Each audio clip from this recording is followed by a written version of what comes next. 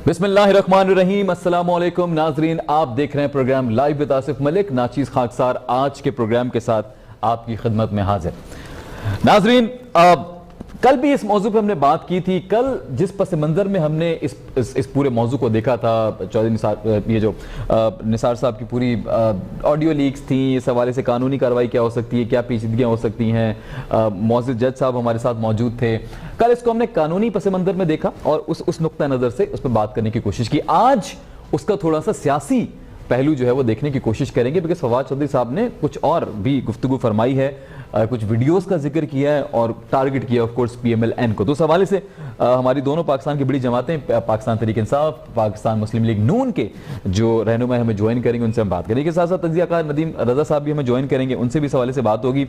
इसी के साथ साथ जो एक बड़ी डेवलपमेंट आज हुई है, कल जो प्रोग्राम का मौजू था और जब हम बात कर रहे थे तो उसमें एक नुक्ता बार बार आ रहा था, क्या ये एडिटेड है या क्या ये एग्जैक्ट क्लिप है या ओरिजिनल क्लिप है, ये कैसे पता चलेगा? बिकॉज सुप्रीम कोर्ट सू मोटो नहीं ले रहा, कोई पार्टी अब तक अदालत पहुंची नहीं है, वो कौन सा अदारा करेगा। लेकिन एक अमेरिकी इदारे की जानिब से इस हवाले से इस बात की तस्दीक की गई, उसकी सदाकत की कि ये वीडियो या ऑडियो जो है, ये जो ऑडियो क्लिप है वो, क्योंकि ऑडियो इस वक्त मंजर आम पे वो जेन्युइन है, उसके अंदर कोई भी किसी तरह का कट नहीं लगाया गया। इसको जी फैक्ट फोकस के नाम से ये कंपनी है, ये इदारा है जो अमेरिका में इस तरह के मजीद बहुत सारे केसेस के हवाले से, कानूनी पेचीदगियों के हवाले से भी अपनी कार्रवाई करता रहा है। तो इस हवाले से बात करेंगे, क्या वाकई ये जो क्लिप है वो ओरिजिनल है तो बिकॉज खास तौर पे साकिब निसार साहब ने तो साफ साफ मना कर दिया, मेरी आवाज़ नहीं है, किसी भी तरह से आप इसको कनेक्ट नहीं कर सकते, ना आवाज़ है, इसको एडिट भी किया गया है। और वो उन्होंने साफ साफ खुले अल्फाज में तरदीद कर दी,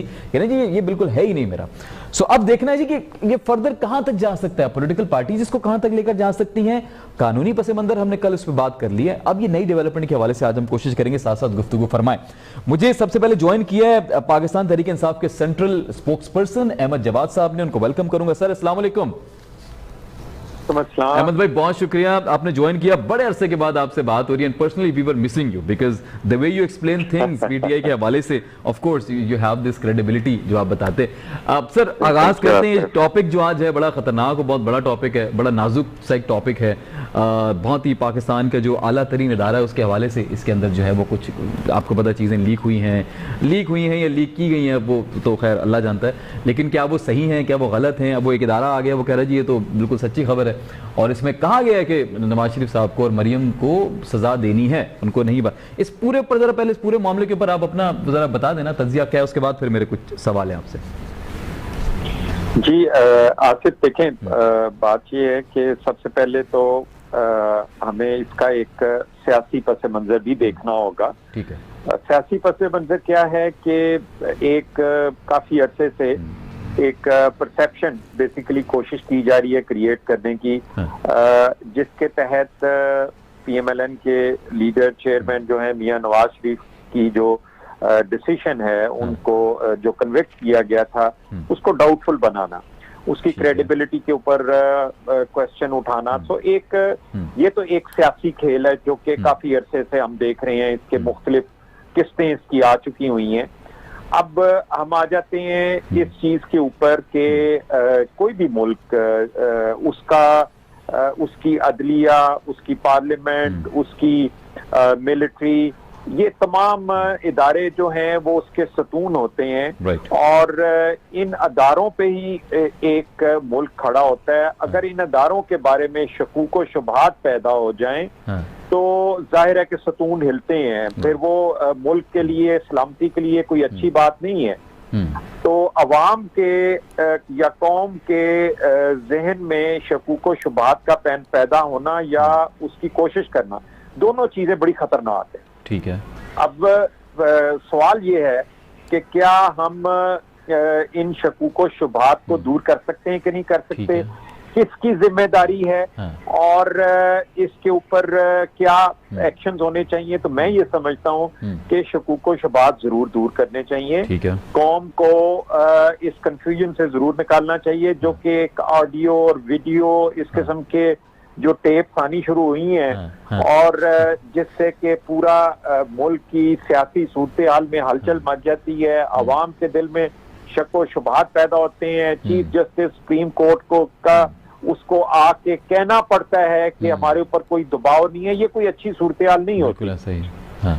इसलिए मैंने आपको पहले ही जो बात कही है वो एक सियासी खेल है कि एक सियासी खेल के तहत एक परसेप्शन भी क्रिएट करने की कोशिश की जा रही है, ताकि दो चीजें, एक तो 2018 के इलेक्शंस को डाउटफुल बनाना कि वो मैनेज किए गए थे, और दूसरा वो सजा जो मियां नवाज शरीफ को हुई थी वो दबाव के तहत अदलिया ने की थी। तो ये एक सियासी गेम भी है, और अब हमने ये देखना है कि इन शुकूक व शुबात को हम कैसे दूर कर सकते हैं। सवालात अदलिया के ऊपर हैं, इसलिए अदलिया की जिम्मेदारी है कि वो इन शकुक व शुबात को दूर करे। नहीं, वो तो सू मोटो तो नहीं ले रहे वो। अब आपको क्या लग रहा है आगे परसू कैसे होगा, कैसे पता चलेगा पाकिस्तान में कि ये वीडियो, चले खैर ऑडियो ठीक भी है, या आपको लग रहा है कि कॉम्प्रोमाइज्ड हुई है, एडिट हुआ है, क्या लग रहा है आपको, ये कैसे पता चलेगा? देखिए आसिफ, मैं तो बिल्कुल इस पोजीशन में नहीं हूं कि मैं ये कहूं कि ये वीडियो ठीक है या गलत है या ऑडियो। मैं तो सिर्फ ये कह रहा हूं कि ये एक बड़ी खतरनाक सूरत हाल है, और इसके पीछे एजेंडा जो है वो मुझे एक सियासी खेल का हिस्सा लग रहा है। अच्छा, खतरनाक सूरत हाल किस सेंस में? दो वजूहात बनती हैं। पहली कि वीडियो एडिट करके बाहर निकाली गई है, ये खतरनाक सूरत हाल है, वाकई ये ओरिजिनल है और उसको बाहर निकाला गया? देखें बात यह है कि इसका फैसला तो अदालत ही करेगी। अच्छा, ठीक है ना, ये तो अदालत ही इसका फैसला कर सकती है। इसके बारे में अब आपने आज शायद सुना भी होगा, हमारी पार्टी लीडरशिप की तरफ से भी गवर्नर से इमरान इस्माइल ने भी इस बात की डिमांड की है कि इस ऑडियो क्लिप की इन्वेस्टिगेशन होनी चाहिए। ये डिमांड तो उधर से भी की गई है, शायद खाकान अब्बासी साहब ने कहा है, उन्होंने भी बड़ा बयान दिया, उन्होंने भी यही कहा है कि होना चाहिए, सजा मिलनी चाहिए जो भी इसमें मुलव्विस है, और साथ उन्होंने डिमांड भी कर दी है कि नवाज शरीफ साहब, मरियम साहब के साथ अगर जो गलत हुआ है तो फिर वो सजाएं उनकी जो है खत्म भी हो जानी चाहिए। तो ये डिमांड भी आ गई है। देखिए, ये तो फिर बात की बात है ना, पहले तो हमें इस ऑडियो क्लिप को देखना होगा, इसकी इन्वेस्टिगेशन होनी चाहिए। साकिब निसार साहब ने तो इसको डिनाई कर दी है, और हमारे पास अभी फिल वक्त तो कोई ऐसा टूल नहीं है कि जिसकी बुनियाद पे हम कोई कह सकें। लेकिन मैं आपको ये जरूर कह सकता हूं कि एक सीक्वेंस के तहत यके बाद दीगरे वीडियो और ऑडियो लाई गई, और उसके दो ही मकासद नजर आते हैं कि 2018 के इलेक्शंस को मशकूक बनाया जा सके कि वो मैनेज किए गए हैं, और नवाज शरीफ को जो सजा हुई है वो दबाव के तहत। तो ये दो मकासद नजर आते हैं मुझे, ये जो सीक्वेंस में चीजें हुई। पीटीआई को क्या करना चाहिए सूरत हाल में? एक तरह से देखा जाए तो इनडायरेक्टली पीटीआई क्यों ही टारगेट होता नजर आ रहा है ना, कि मतलब हो सकता है कि इतने तो आप भी समझ रहे हैं, तो क्या करेंगे आप? आसिफ, आपने आपका सवाल बिल्कुल मुनासिब है, बहुत पर्टिनेंट है। देखें, पीटीआई को क्या करना चाहिए? पीटीआई को ये करना चाहिए कि 2018 में जो अवाम ने उसको मैंडेट दी है, जिसके 3.25 साल मुकम्मल हो गए हैं, ठीक है, और पीछे 1.5-2 साल रहेगी, पीटीआई को परफॉर्मेंस की मैंडेट दी गई है। पीटीआई को ये ऑडियो क्लिप्स और वीडियो क्लिप्स ये आज भी आए हैं, कल भी आएंगे। पीटीआई का जो तवज्जो, फोकस जो है वो अपनी कारकर्दगी के ऊपर रहना चाहिए। जिस एजेंडे को मुकम्मल करने के लिए पीटीआई हुकूमत में आई है, हमें सिर्फ उस पर तवज्जो देनी चाहिए।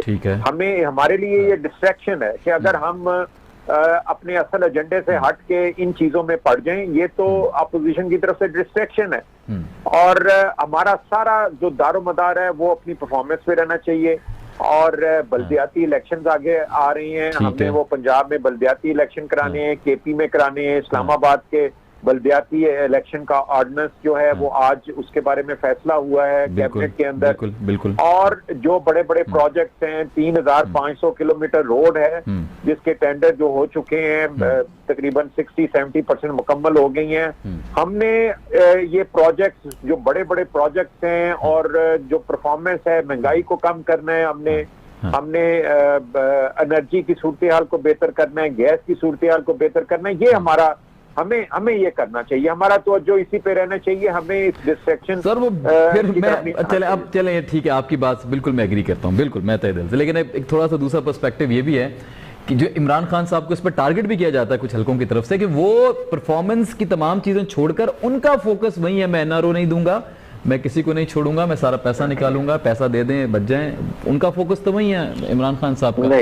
क्या ये गलत? नहीं, मैं नहीं, इससे अच्छा। देखें आज भी प्राइम मिनिस्टर की जो कैबिनेट की मीटिंग है वो कोई इस चीज पे फोकस नहीं थी, वो तो इस्लामाबाद के बल्दियाती इलेक्शन के हवाले से ऑर्डिनेंस है वो, और दूसरे जो कोई प्रोजेक्ट्स हैं उनकी अप्रूवल्स हैं, सारी तवज्जो तो इस वक्त इसी चीज पे है कि पीटीआई की हुकूमत अपने बाकी मानदा जो टाइम है उसके अंदर अवाम की कितनी खिदमत कर सकती है, कैसे महंगाई को काबू किया जाए, कैसे मुल्क के अंदर इकोनॉमिक एक्टिविटी को बेहतर किया जाए, जो कि बहुत बेहतर हुई है। चले इसी के साथ साथ, ठीक है, इसी के साथ साथ अभी मजीद आप हैं प्रोग्राम में, मैं आपके साथ गुफ्तगू करूंगा। हमें हमारे बहुत ही मोअज़्ज़ज़ साबिक डीजी नैब रह चुके हैं शहजाद अनवर भट्टी साहब ने ज्वाइन किया, उनको वेलकम करते हैं। सर अस्सलाम वालेकुम।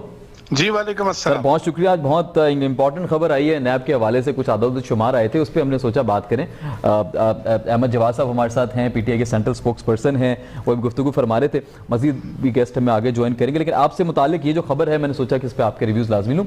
अहमद भाई, खबर ये है कि लाहौर ने 4 साल में 148 अरब रुपए रिकवर कर लिए, जो कि अब तक की तारीख का सबसे बड़ी रिकवरी है।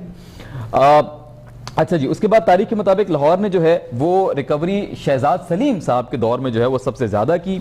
4 साल कारकर्दगी जो रिपोर्ट है ये उसके हवाले से ये खबर जो है वो इस वक्त मंजर आम पर आई है। 33 अरब तक मुख्तलिफ केसेस के हवाले से इसमें अंदर फिगर्स भी दिए गए हैं। 6.5 अरब रुपए रिकवर किए गए हैं, वापडा को 5 अरब रुपए दिए गए, उनकी जो रिकवरी करवाई गई।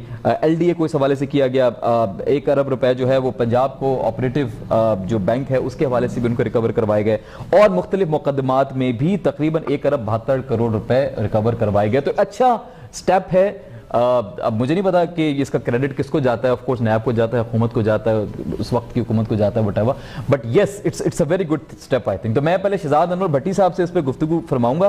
Sir welcome to the show once again, और बताइएगा कि ये नैब की जो परफॉर्मेंस है, जो रिपोर्ट आई है, इसकी क्या वजूहात आपको लग रही है? कि क्या वो वजूहात थी, हुकूमत की तरफ से सपोर्ट थी, नैब खुद कफील था, क्या वजूहात थी कि इतनी रिकवरी माशाल्लाह सर हिस्ट्री में फर्स्ट टाइम हुई है? बिस्मिल्लाहिर्रहमानिर्रहीम। देखिए बात यह है, नैब तो एक कंसिस्टेंसी के साथ अपना काम शुरू से किए चला जा रहा है। अदारा है, उसका एक काम है, वो अपना काम इर्रिस्पेक्टिव ऑफ कौन सी गवर्नमेंट है वो काम करता है। सिर्फ ये एक था कि जी जब मुशर्रफ साहब के दौर के बाद पॉलिटिकल दौर शुरू हुए हैं तो उसके अंदर थोड़ी सी नैब को प्रॉब्लम आई कि नैब को कहा गया कि जी नैब को हम बंद कर देंगे, बजट बंद कर दिया गया शुरू के पोर्शन में, और नैब की परफॉर्मेंस थोड़ी सी 2-2.5 साल के करीब डाउन रही। उसके बाद बहरहाल हर चेयरमैन आते रहे और काम होता रहा। सबसे बड़ी बात यह है कि आप ये नोट कीजिए कि शहजाद सलीम साहब को 4 साल दौर मिला है। ठीक है। पंजाब में किसी भी डीजी को इतना टाइम नहीं मिला। अच्छा। जब भी आप कंसिस्टेंसी के साथ अपनी जो एक स्कीम बनाई होती है, आप उस पर काम करते हैं तो वो रिजल्ट देती है। आपको टाइम चाहिए होता है। ठीक हो। रिजल्ट एक बात, क्योंकि जो नैब के केसेस है वाइट कॉलर क्राइम, इनमें बहुत टाइम लगता है। पहले तो इसकी इंक्वायरी इन्वेस्टिगेशन में बड़ा टाइम लगता है, और फिर दूसरी बात कि ये कोर्टों में बड़ा टाइम लगता है।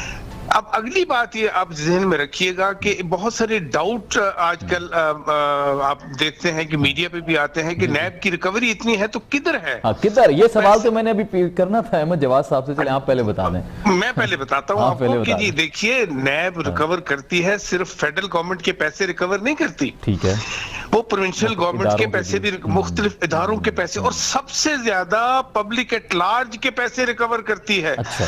आप करोड़ों की तादाद में लोगों को चेक जो मिलते हैं, जिनकी चेक सेरेमनी आप देखते रहते हैं कि कभी चेयरमैन आए होते हैं, कभी और डिग्नेटरीज को बुलाया गया होता है, वो लोग शुक्रगुजार होते हैं नैब के, जिनको कोई और अदारा कभी भी नहीं कर सकता, क्योंकि कानून नहीं ऐसा है। सिर्फ वाहिद नैब का एक कानून था। मैं इसलिए कह रहा हूं कि पहले अमेंडमेंट हुई, फिर उसके अंदर दोबारा से उसको पब्लिक एट लार्ज केसेस को दोबारा डाल दिया गया। तो ये पैसे जो हैं, एक और बात भी मैं आपको बताऊं, जो भी रिकवरी नैब करती है उसकी पूरी डिटेल, चाहे वो सिंध प्रोविंस को जारी हो, चाहे वो किसी पंजाब को जारी हो, बलूचिस्तान को जारी हो, KP को जारी हो, फेडरल को जारी हो, ट्रेजरी को, वो सारी डिटेल जो फाइनेंस डिवीजन है उसके पास भेजती है नैब। कम से कम मैं तो ये जानता हूं कि जब तक मैं नैब में था, यानी 2015 तक, हर डिटेल फेडरल गवर्नमेंट को भेजी जाती है और फिर वही डिटेल सालाना रिपोर्ट के अंदर छपती है कि जो पैसे रिकवर किए थे वो कहां गए। अगली बात यह है कि जो इनडायरेक्ट रिकवरीज हैं वो लोगों को समझ नहीं आती कि इनडायरेक्ट रिकवरीज कैसे होती हैं। वो इसमें इस रिपोर्ट में बताया भी गया उस बारे में। एग्जैक्टली कि इनडायरेक्ट रिकवरीज वो होती हैं जैसे आपने गवर्नमेंट की कब्जा की हुई जमीन जो है वो वापस दिला दी। ठीक है जी। अब वो किसी से आपने रिकवर तो नहीं किया है, ना ही आपके पास वो इन कैश पैसे आते हैं, तो वो आपने उनको रिकवरी करा दी, या आपने प्रिवेंट कर दिया, बहुत बड़ा कोई गलत कॉन्ट्रैक्ट होने वाला था जिसमें गवर्नमेंट को बहुत बड़ा नुकसान होने वाला था और आपने उसको रुकवा दिया, तो वो एक किस्म की रिकवरी होती है, नैब के खाते में जाती है। नैब ने एक जमाना था कि जो प्रिवेंशन की थी बहुत सारी चीजों में, जो कॉन्ट्रैक्ट, मैं को पीरियड नहीं गिनता, आपको गिनाना चाहता इसलिए कि मैं किसी, ये भी मैं एक बात करता चलूं कि गवर्नमेंट को क्रेडिट हमेशा सिर्फ ये जाता है कि आप जब भी पॉलिटिकल विल होगी एहतसाब करने की, तो एहतसाब का इदारा काम कर सकेगा, क्योंकि फुल्ली ऑटोनोमस नहीं है नैब। अच्छा, फुल्ली ऑटोनोमस अदारा तो वो होता है जिसकी फाइनेंसेस उसको गारंटीड हों, जबकि नैब को हर साल बजट जो है वो, जो आपका बजट कौमी बजट बनता है उसके अंदर से उसको हिस्सा मिलता है। तो आप पॉलिटिकल गवर्नमेंट बंद करना चाहे तो वो बंद कर दे, कम करना चाहे तो कम कर दे, सांस यानी चोक कर सकती है। तो उसको फाइनेंशियल ऑटोनॉमी इस नैब के पास नहीं है। तो इसलिए अगर तो पॉलिटिकल विल है तो एहतसाब ठीक होगा, अगर नहीं है तो नहीं ठीक होगा। पॉलिटिकल विल बहुत मैटर करती है। परफेक्ट ठीक। पहले मैं जरा अहमद जवाद साहब से गुफ्तगू फरमा लूं। अहमद भाई, अच्छी खबर आई है ऑफ कोर्स कि अच्छी खासी रिकवरी हो गई है, उसके अंदर बहुत सारे केसेस हैं और भी मेरे ख्याल में केसेस चल रहे हैं, रिकवरी का प्रोसीजर बढ़ेगा, कुछ अमेंडमेंट्स भी अभी हुई हैं, रिसेंटली हमने देखा डेवलपमेंट्स हुई हैं नैब के कानून के हवाले से। आप कैसे देख रहे हैं सर नैब की इस कारकर्दगी को? देखिए, नैब के हवाले से एक तो रिकवरीज का तकरीबन 500 से ऊपर नियरली कुछ 600 बिलियन की जो क्लेम है वो नैब की तरफ से है, और इसके अलावा सैकड़ों केसेस हैं जो कि नैब ने सेटल डाउन किए हैं और उनमें से बहुत से इन प्रोग्रेस हैं। उस हवाले से देखा जाए तो नैब की कारकर्दगी जो है वो काफी बेहतर है अगर उसको 2018 से पहले से अगर कंपेयर किया जाए। अब उसके ऊपर, उसकी रिकवरी के ऊपर कुछ एतराजात हैं जी कि वो रिकवरी फाइनेंस जो डिवीजन है वहां पे, तो आई थिंक उसका एक ऑडिट हो रहा है, वो सामने आ जाएगा। लेकिन ये है कि नैब की कारकर्दगी जो है वो पिछले 3 सालों में काफी एक्टिव रही है और बहुत सारे मुकदमात जो हैं उनमें प्रोग्रेस भी हुई है, रिकवरी भी हुई है। 3 साल कह दिया आपने, इसको मैं तो तसल्ली बख्शी कहूंगा। 3 साल कह दिया आपने। अहमद भाई, अच्छा चलें ब्रेक ले लेते हैं। ब्रेक से वापस आने के बाद कुछ मेरे सवाल हैं उसको कंटिन्यू करेंगे। मेरे मौजूद मेहमान मेरे साथ हैं, उसके बाद मजीद 1-2 मेहमान ज्वाइन करेंगे, उनसे भी हम गुफ्तगू करेंगे। आप कहीं मत जाइएगा, देखते रहिए स्टार न्यूज़ पाकिस्तान।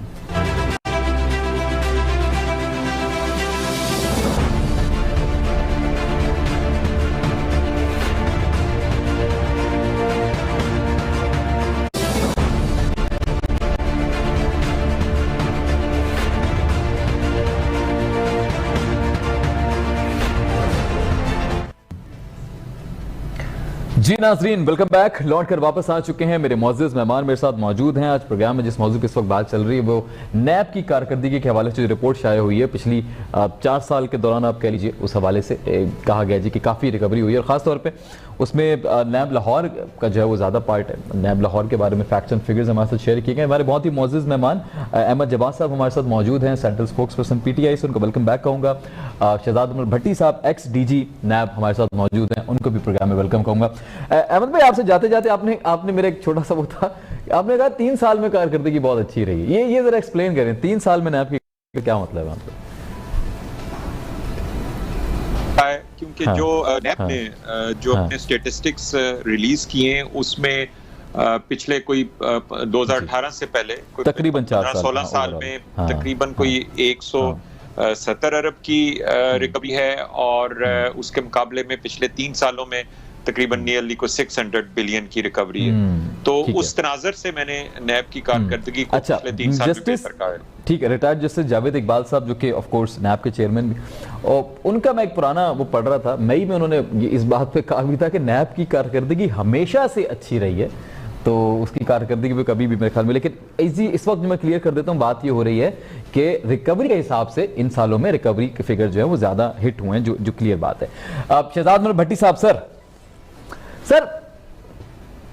शहजाद साहब अगर आप मुझे सुन सकते हैं। सर अच्छा सर, ये चले अहमद साहब ने भी इस पर बात की, मैं सर आपसे जानना चाहता हूं कि अभी जिस तरह बहुत ही हाई प्रोफाइल केसेस हैं जिसमें करप्शन के सबसे ज्यादा, अभी कुछ अमेंडमेंट भी हुई थी इस हवाले से।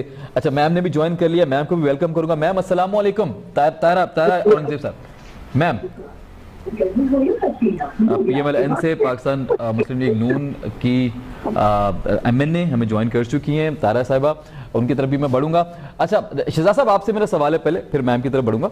ये आपसे मैं जानना चाह रहा था कि हाई प्रोफाइल केसेस की जो रिकवरीज होती हैं, जो करप्शन के केसेस की रिकवरी होती हैं, अभी आपसे पहले मैं बात भी कर रहा था अहमद भाई से कि करप्शन के हवाले से इमरान खान साहब बहुत स्ट्रिक्ट एक पैथ है वो फॉलो कर रहे हैं, उसके ऊपर कोई वो कॉम्प्रोमाइज नहीं कर रहे। लोग तंकीद का निशाना भी बनाते हैं कि मुल्क में परफॉर्मेंस अच्छी नहीं है, लेकिन आप उसको, इमरान खान साहब जो उसको उस पाथ को छोड़ नहीं रहे, और ये अच्छी बात भी है, नहीं छोड़ना चाहिए, लेकिन खैर वो तंकीद का सिलसिला कुछ और है महंगाई के हवाले से।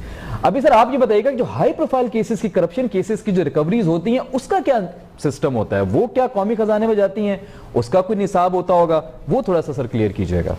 देखिए सीधी बात है कि आप हाई प्रोफाइल केसेस मैं समझ गया हूं जिनकी आप बात कर रहे हैं, तो वो डेफिनेटली जिनका ताल्लुक फेडरल अकाउंट से होता है वो फेडरेशन में जाती हैं, जिनका प्रोविंशियल अकाउंट से वो प्रोविंशियल में जाती हैं। लेकिन एक चीज ध्यान में रखिए, हाई प्रोफाइल केसेस वो पॉलिटिशियंस के हैं, तो आज तक नैब के अंदर हार्डली कोई रिकवरी पॉलिटिशियन से हुई है। अच्छा, जी हाँ। उसकी वजह है कि आप देखिए 10-10 साल जब केस चलेंगे लंबे, तो वो केसेस के जो विटनेसेस होते हैं वो ही बेचारे या तो मर खप जाते हैं खुद ही, या वो रिजाइल कर जाते हैं। एविडेंस जो है वो कहीं ना कहीं कोई फाइल गुम हो जाती है, कभी कुछ हो जाता है, तो ये केस अपनी मौत खुद मर जाते हैं। और कभी भी रिकवरी होती, कम से कम मैं इतने साल नैब में रहा हूं, 15 साल, मैंने नहीं देखा कि कभी कोई किसी ने वॉलंटरी रिटर्न या प्ली बार्गेन की हो, क्योंकि उनको पूरी उम्मीद होती है कि केस इतना लंबा जाएगा, वो एक 100 विटनेसेस की लिस्ट प्रोवाइड कर देते हैं, तो वो केसेस इतने लंबे हो जाते हैं कि वो और दूसरी बात यह है कि कोर्ट इतने थोड़े थे, आपको याद होगा कि सुप्रीम कोर्ट ने भी कहा कि जी कोई 100 से ऊपर करें, बढ़ाया जाए, ताकि तो हर अगर एक जज के पास 60 केसेस होंगे, एवरेज ये 50-60 आता है एक जज के पास, तो वो कभी भी अगर उनको डेली बेसिस पे भी शुरू करें तो कई साल लगेंगे केसेस को अपने मैच्योर होने में और अपने लॉजिकल कंक्लूजन पे जाने के लिए। अब दूसरी बात ये होती है कि जितने हाई प्रोफाइल केसेस हैं जिनके एसेट मुल्क से बाहर हैं, ठीक है, तो वो पाकिस्तानी गवर्नमेंट जो है वो केसेस तो टेकअप कर सकती है, लेकिन उनको पकड़ के एसेट को या उस पैसे को वापस नहीं ला सकती जब तक कि आपका बायलैटरल कोई माहिदा ना हो, जो कि पाकिस्तान के बहुत कम मुल्कों के साथ हैं। और जिन मुल्कों के साथ आपके बायलैटरल माहिदे हैं वो इस नौइयत के हैं कि जी वो असिस्ट तो करेंगे, लेकिन मर्जी उस मुल्क की है, उनका अपना कानून है कि उस कानून के तहत अगर वो जुर्म है तो फिर तो आपको पैसे वापस मिल सकते हैं। और तीसरी बात यह है कि आपके बायलैटरल माहदे बहुत कम मुल्कों के साथ हैं, और ऐसे मुल्कों के साथ हैं जहां लोग पैसा लेके नहीं भागते। अच्छा, जहां पैसा लेके तो भागते हैं, जिसको आप कह सकते हैं कि जी करप्शन के हेवन है, जहां पैसे लोग लेके चले जाते हैं, वो लोग कभी माहिदा करते ही नहीं है बायलैटरल, क्योंकि वो मुल्क, उनकी इकोनॉमी इस करप्शन के पैसे से ही चल रही है। बिल्कुल, वेरी वैलिड पॉइंट, ये मेरा पॉइंट भी होता। अच्छा, मैं आपसे ये एक वीडियो ऑडियो क्लिप का भी इस वक्त, आप क्योंकि आपको पता है नैब की पूरी कार्रवाई से आप बाखबर रहे होंगे, नवाज शरीफ साहब के खिलाफ कार्रवाई हुई थी, पूरा केस हुआ, बाद में उनको कन्विक्शन हुई पूरी, वो चले गए, 7-8 साल की कैद हुई, मरियम साहबा को भी, उनको भी। आजकल एक सर एक क्लिप, ऑफ कोर्स क्योंकि आप उस कार्रवाई की पूरी नजर रखते होंगे, इस वाले से मैं जानना चाह रहा हूँ, एक क्लिप वायरल हुआ है, लीक हुआ है, लीक किया गया है, जो भी आप टर्म यूज करें, जिसमें मरियम साहबा के खिलाफ और ख़ास तौर पे नवाज शरीफ साहब के खिलाफ चौधरी निसार साहब की आवाज़ में कहा जाता है कि उनके ऊपर जो केसेस है वो बनने चाहिए और उनको सजा होनी चाहिए और बचना नहीं चाहिए, इस तरह के कुछ अल्फाज यूज हुए हैं। आप सर कैसे देखते हैं इस ऑडियो क्लिप को, आपको क्या लग रहा है? क्योंकि आजकल आप सोशल मीडिया के ऊपर जो क्लिप चलते हैं उनके ऊपर बिलीव करना तो मेरा ख्याल है किसी भी अक्लमंद आदमी के लिए बहुत सोचने का लम्हा फिक्रिया है, क्योंकि इतनी टेक्नोलॉजी आ गई है कि आप किसी की ठीक है। अच्छा चलें जी, आप कनेक्ट करें दोबारा। मैं जब तक तायरा औरंगजेब साहिबा से गुफ्तगू फरमा लूं। तायरा साहिबा, मैम वेलकम। जी मैम क्या कहेंगी इस ऑडियो क्लिप के हवाले से? और आपकी तरफ से तो कह दिया गया है कि नवाज शरीफ साहब, मरियम साहबा दोनों की सजाएं माफ की जाएं, वो तो गलत हो गया सारा। शाहिद खाकान नवाजी साहब ने कह भी दिया है, तो पूरा मुद्दा क्या है इस पे जरा पहले बात कीजिएगा ऑडियो क्लिप के हवाले से। बिस्मिल्लाहिर्रहमानिर्रहीम। पहली बात तो ये है कि आपने देखा होगा इन्हीं दिनों में क्लिप आया था एक अमेरिकन शो में जिसने ट्रांजिट किया है जी। जैसा कि साकिब निसार साहब ने तरदीद की कि ये मेरी आवाज ही नहीं, तरदीद भी हो गई नहीं रहा जी। तो वो जो ट्रांजिट हुआ उसका रिजल्ट क्या आया तो उन्होंने कहा कि ये फेक नहीं है, फेक नहीं है, ठीक ये हो गया। फेक नहीं है और ये भी गलत है कि ये उनकी आवाज नहीं है, ये उन्हीं की आवाज है और ये ट्रांजिट के बाद ये सबूत मिला ये सही है। तो जब एक आदमी इस किस्म के इकदाम करता है तो उसे हौसला रखना चाहिए कि वो स्टैंड भी लेके हाँ जी मैंने ये आवाज मेरी आवाज है और मैंने ये कहा था अपनी दौरान मुलाजमत और ये मैंने काम किया था जो कि गलत था, इंसाफ के तकाजों को पूरा नहीं करता था जो मैसेज वो दे रहे थे। तो फिर उनमें ये हौसला नहीं होता, असल में वो वक्त का तकाजा ही होता है कि वो अपनी उस पोजीशन पे जब होते हैं तो वो समझते हैं कि हम नाखुदा हैं, खुदा न खास्ता, और उसके बाद जब वो पोजीशनें खत्म हो जाती हैं, रिटायर हो जाते हैं और फिर आम पब्लिक में आ जाते हैं तो फिर उन्हें खौफ महसूस होने लगता है कि तो ये जो एक खदशा है मैम कि ये PMLN की तरफ से करवाया गया होगा, क्योंकि डायरेक्ट बेनिफिट तो PMLN को होने वाला है ना अगर कुछ भी इस पे कार्रवाई होती है, केस दोबारा खुलता है वटेवर। कल मौजूद जज साहब भी हमारे साथ तो बता रहे थे कि केस दोबारा खुल जाएगा तो कार्रवाई शुरू हो जाएगी। अब मैं आपको करूँ, अगर ये केस दोबारा खुल जाएगा या कार्रवाई होगी, ये पहले ही जो सजा दी गई है पहले तो ये कलअदम होनी चाहिए। अच्छा, कलअदम होनी चाहिए, क्योंकि जब वो सजा ही मुतनाज़ा हो गई है, एक ऐसा आदमी जो अपनी पोजीशन से गलत फायदा उठा के एक मैसेज कन्वे कर रहा है कि मरियम, और ये 2018 के इलेक्शन से अलग रखने के लिए ये तमाम कार्रवाई की गई और ये 2018 का इलेक्शन को जिस सिम्स की तरफ ले जाया गया उसका खमियाजा आज पाकिस्तान की 22 करोड़ आवाम भुगत रही है। चाहे वो महंगाई की सूरत में है, चाहे वो ये कहते हैं जी चोर चोर डाकू डाकू, 3 साल तो ये असेंबली में यही छुपन छुपाई खेलते रहे और जब कमीशन बनाते हैं किसी चीनी माफिया के खिलाफ या किसी आटा माफिया के खिलाफ या कोई फॉरेन फंडिंग केस के खिलाफ तो फिर उसके बाद ये करप्शन की बोली बोल जाते हैं, फिर ये उनकी तारीखें ही नहीं पढ़ने देते। फिर ये कहते हैं नहीं जी लीमाबाजी की सिलाई मशीन से ये सारा ये पैसा भी आया वो पैसा भी आया। बात है सिर्फ अगर ऑपोजिशन को निशाना बनाना है और नैब नहीं तो फिर ये नैब जो है ये नैब न्याजी गठजोड़ है। अच्छा, नैब न्याजी गठजोड़ है सर अच्छा वो उस तरफ है, ठीक है। इसलिए कि सिर्फ निशाना तो ऑपोजिशन बन रही है और उसमें भी सिर्फ वो लोग बन रहे हैं जो जिनके बारे में साकिब निसार साहब की भी वीडियो सामने आ गई है और जिनके बारे में मलिक मरहूम साहब ने भी फरमा दिया था कि जी मैं तो बड़ा शर्मिंदा हूँ, मैं तो माफी मांग रहा हूं। ऑडियो वीडियो मैम बहुत निकल रही है ना, सारा मसला यही ऑडियो वीडियोस का सिलसिला कुछ ज्यादा होता जा रहा है। मैम आपकी तरफ वापस आता हूँ। हमारे बहुत ही सीनियर एनालिस्ट हैं नदीम रजा साहब, उन्होंने हमें ज्वाइन किया, उनको प्रोग्राम में वेलकम करेंगे। सर अस्सलाम वालेकुम। वालेकुम सलाम। नदीम साहब शिद्दत से आपका इंतजार था, आपका एनालिसिस मुझे चाहिए। आपके बाद फिर मुझे शहजाद नूर भट्टी साहब की बात अधूरी रह गई तो उनकी तरफ भी जाना है। एक्स DG नैब हमारे साथ हैं, अहमद जवाद साहब पैनल में मौजूद हैं, सेंट्रल स्पोक्स पर्सन PTI की, और मैम तायरा औरंगजेब साहब बात करी थी मुस्लिम नून से MNA। सर कैसे देख रहे हैं, जरा इस गुत्थी को सुलझा दें। सर आपको क्या लग रहा है किसने करवाया है, क्यों करवाया है, कहाँ तक बात जाएगी, क्या हो सकता है ऑडियो क्लिप के हवाले से? ये जिस तरह से जो ऑडियो लीक का सिलसिला शुरू हुआ है तो ये पाकिस्तान की सियासत को जो पहले ही इतनी यानी कि आलूदा हो चुकी थी, अच्छा, उसको मजीद यानी कि गंद इसमें डाला जा रहा है कि कभी जुडिशरी को इसमें घसीटा जाता है, कभी इदारों को घसीटा जाता है। तो इस तरह से हम लेके जा रहे हैं अपने जो मजमून मकासद हैं, जो सियासी मकासद हैं, यानी कि शॉर्टकट के लिए, ठीक है, कि अपोजिशन में रहना गवारा नहीं है। अच्छा, जब तक गाड़ी नहीं होगी ये उसी तरफ हम जा रहे हैं। जिस तरह से देखें मुस्लिम लीग नून की जिस तक जो बाजी रहा है उसमें इसी तरह के इल्जाम देखें। आप भूल गए कि आप मोहतरमा शेख बेनजीर भुट्टो के खिलाफ किस तरह की कैंपेन चलाई जाती रही है एक वक्त में, इसी तरह उनकी वालदा के खिलाफ किस मुल्क आती गई है वो, और अभी भी ऑडियो लीक से सिलसिला शुरू हुआ है।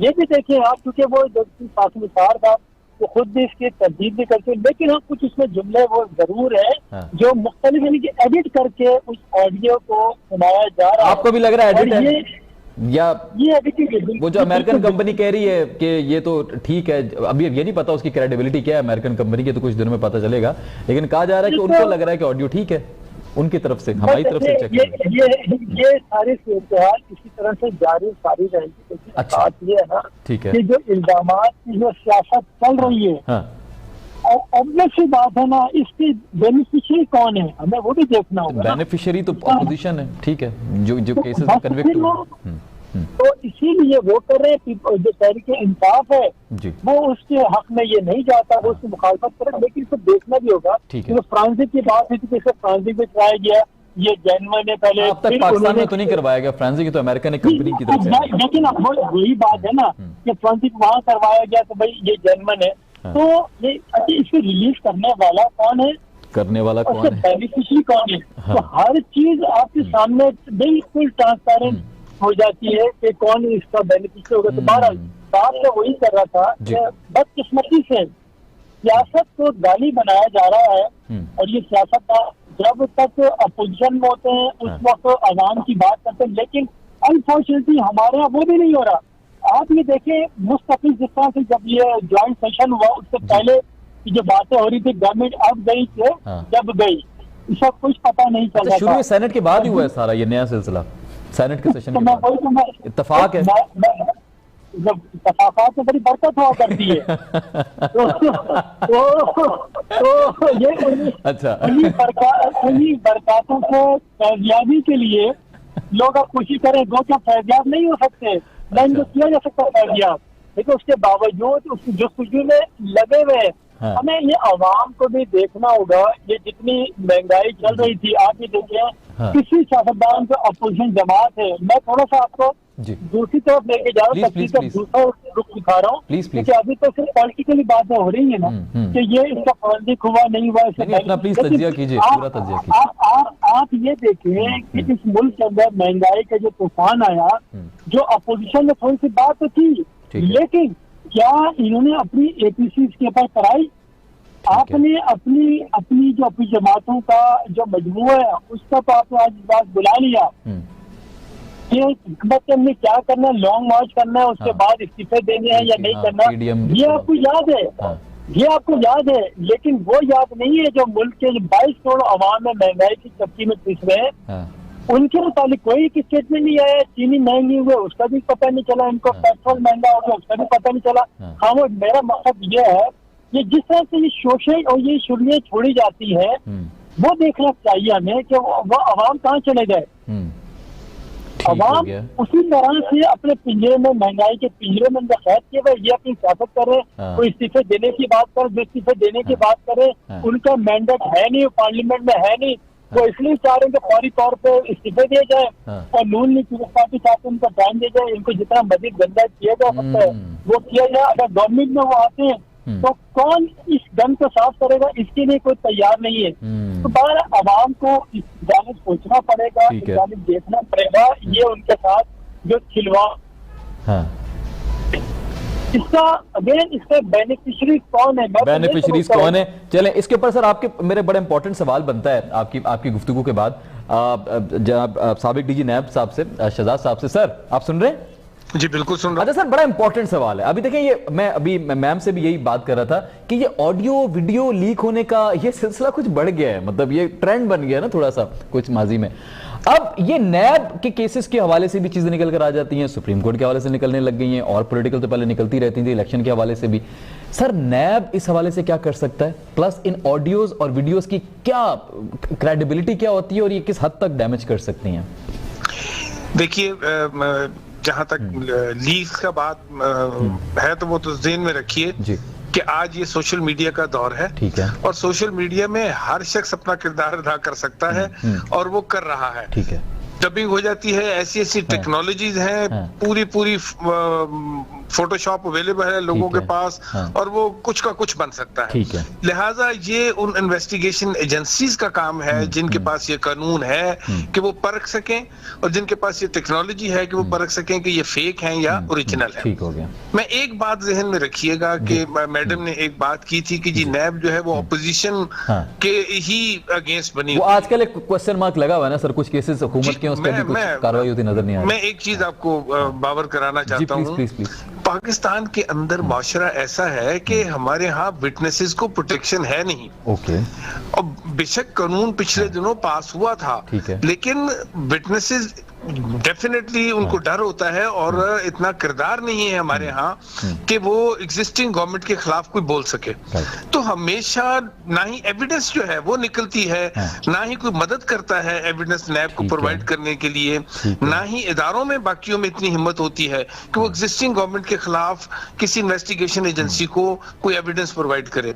तो ये अगर आज नून लीग ऑपोजिशन में है या पीपल्स पार्टी किसी जगह पे ऑपोजिशन में है तो उनके केसेस नैब के पास है, तो वो कल क्योंकि गवर्नमेंट में थे, और आज अगर तहरीक इंसाफ गवर्नमेंट में है तो कल ये कहीं अगर ऑपोजिशन में होंगे तो इनकी बारी भी लगेगी। इनकी बारी तब लगेगी, अभी क्यों नहीं लग सकती? वैसे देखें मैं वही बात कर रहा हूँ, वहां लगती है डेफिनेटली इन्फ्लुएंस की वजह से। अहमद भाई आऊंगा आपकी तरफ। चाहे बिल्कुल पाक हों लोग, लेकिन मैं ये बात कहता हूँ कि क्योंकि ये एक ट्रेंड है कि लोग डरते हैं कि हम एग्जिस्टिंग गवर्नमेंट के खिलाफ कोई एविडेंस प्रोवाइड न करें, ये ना हो कि हम किसी अजाब में फंस जाएं। तो इसलिए ये थोड़ा सा विटनेसेस और एविडेंस का मामला होता है। ये हमेशा बारी आती है जब ऑपोजिशन में जब नून का दौर था तो उस दौर में उनके खिलाफ भी कोई केसेस नहीं चल रहे होंगे, उनके जाने के बाद शुरू हो गए। अहमद भाई, मैडम ने कुछ खदशात का इजहार किया है आपके हवाले से, ऑफ कोर्स पीटीआई की हुकूमत के हवाले से, तमाम चीजों के हवाले से, उस पर जवाब दीजिएगा खास तौर पे। और साथ साथ शहजाद अकबर साहब ने भी कुछ रेस किया है कि हुकूमत जब होती है तो उनके अपने लोगों के केसेस नहीं उस तरह से फॉरवर्ड किए जाते, उन पे प्रोसेस नहीं होता, उनके जाने के बाद होता है। लेकिन इमरान खान साहब तो बहुत इस पे सीरियस स्टांस रखते हैं। तो पीटीआई के दौर में भी ये अगर माजी की तरह होना है तो फिर सर तब्दीली किस बात की है? नहीं, ये तो एक जनरल उन्होंने बात की है कि माजी को देखते हुए ऐसे ही होता था कि अगर जिनकी हुकूमत होती थी तो उनके खिलाफ मुकदमात नहीं होते थे। लेकिन पीटीआई की हुकूमत के दौरान तो पीटीआई ने तो अपना ये लोगों की अकाउंटेबिलिटी भी जो है वो बड़ी सख्ती से की है। चाहे वो केपीके में आप देख लें, मिनिस्टर्स 2-3 जिनके हवाले से चीजें सामने आई, उनको रिमूव किया गया। आजम स्वाति साहब के खिलाफ एक्शन हुआ, अलीम खान साहब के खिलाफ एक्शन हुआ। तो पीटीआई में तो ऐसी कोई रवायत नहीं है, जो कि माजी में जरूर रही है, कि हुकूमती अरकान के खिलाफ कोई कार्रवाई नहीं होती। और जिन मुकदमात का बार बार जिक्र किया जाता है वो तो कोई 2018 के बाद तो नहीं है, वो तो 2018 से पहले के मुकदमात हैं, या मालम जब्बा की बात करते हैं या किसी और की, तो वो तो उस दौर में फिर हो जाने चाहिए थे जब पीएमएलएन की अपनी हुकूमत थी। तो इसलिए उसका मलबा पीटीआई पे डालना जी कि उनके ऊपर कोई एक्शन नहीं हुआ, तो सबसे पहले तो ये पूछना चाहिए 2018 से पहले उन पे क्यों नहीं एक्शन हुआ? उस वक्त हो जाता ना इलेक्शन उनके ऊपर। ठीक है, बिल्कुल मैम बताएंगे। ठीक हो गया। मैडम, ये बड़ा इंपॉर्टेंट सवाल कर लिया है अहमद साहब ने। क्या उस वक्त आपके दौरे हुकूमत में भी एक्शन हो सकता था? जो केसेस चल रहे थे करप्शन के, उस पर कभी बात ही नहीं हुई उस वक्त, तो ऐसा क्यों था मैम? देखिए, बात होती थी। इन्होंने जितने केसेस नैब ने किए, शहबाज शरीफ साहब का ले लें, हमजा शहबाज साहब का ले लें, राना सनाउल्लाह साहब का ले लें, जितने भी ये केसेस जिनसे बाइज्जत बरी हुए लोग, शायद खाकान अब्बासी का ले लें, जिसका भी उठा के देखें ऑपोजिशन में, तो ये जब नैब के लॉयर गए वहाँ कोर्ट में, तो उनके पास एक भी सबूत नहीं था इन लोगों के खिलाफ। वो तो बता चुके हैं ना कि हुकूमती दौर में लोग आते ही नहीं है सबूत देने ना, वो डर जाते हैं, इन्फ्लुएंस्ड हैं, हुकूमत के खिलाफ कोई बोलता नहीं है। वो तो अभी शहजाद साहब ने बड़ी प्रॉपर्ली एक्सप्लेन कर दिया। तो किसी गवर्नमेंट के ओहदे पे नहीं है, ना हमजा शहबाज साहब है, ना शहबाज शरीफ साहब है, ना शायद खाकान है, सारे ऑपोजिशन के बेंचेस पे बैठे हैं। हुआ क्या कि जगह जगह कैमरे लगे होते हैं। उन्होंने कहा जी राना सनाउल्लाह साहब की गाड़ी से ये हेरोइन जो है कितने उसकी किलो थी, और वो बरामद हुआ, और एक भी फुटेज नहीं थी, एक भी तस्वीर नहीं थी, और एक भी वो चीज नहीं थी। फुटेज तस्वीर होती बाद में उसको भी कह देते वो फेक है, उसकी तो वो नहीं है ना, एक्सेप्टेबिलिटी नहीं है उसकी कोई। नहीं, बात सुनो, हकीफ अब्बासी साहब का भी इन्होंने केसेस इस तरह किया। अब जब सबूत किसी के पास, नैब के लॉयर के पास नहीं होते, तो फिर इन लोगों को अरेस्ट करके जेल जेलों में क्यों रखा गया। हाँ। और जेलों में भी कोई खास सहूलियात देते नहीं। अच्छा। राना नामला साहब को ले गए, हनीफ अब्बासी साहब को ले गए, वो मुझे जब रिहाव के भाई साहब मेरे से कहा जी मैं मौत की कोठरी से निकल कर आया हूँ। अच्छा। मौत की के लिए जिन लोगों के लिए जो सेल रखे जाते हैं, हाँ। उनमें मैंने जेल काटी है। और इसी तरह शहबाज शरीफ साहब जैसे कि कमर के दर्द में मुब्तला थे, कोई उनके पास कोई किसी किस्म ठीक है। रात वक्त जाके उनसे इन्वेस्टिगेट नहीं, लेकिन नवाज शरीफ साहब को तो इजाजत दी ना हुकूमत ने बाहर जाने की, वो भी तो अप्रिशिएट और करते हैं वो मेरी बात सुनिए, और वो मुझे हुकूमत ने इजाजत दी इसलिए कि उन्होंने जो मेडिकल बोर्ड उठाया था उसमें ये लिया था।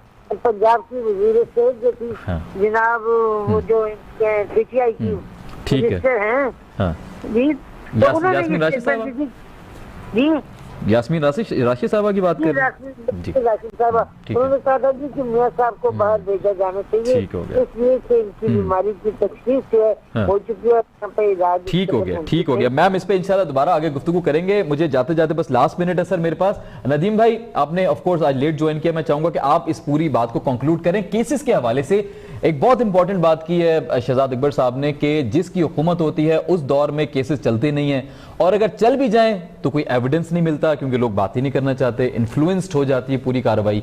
कैसे देखते हैं इस पॉइंट को?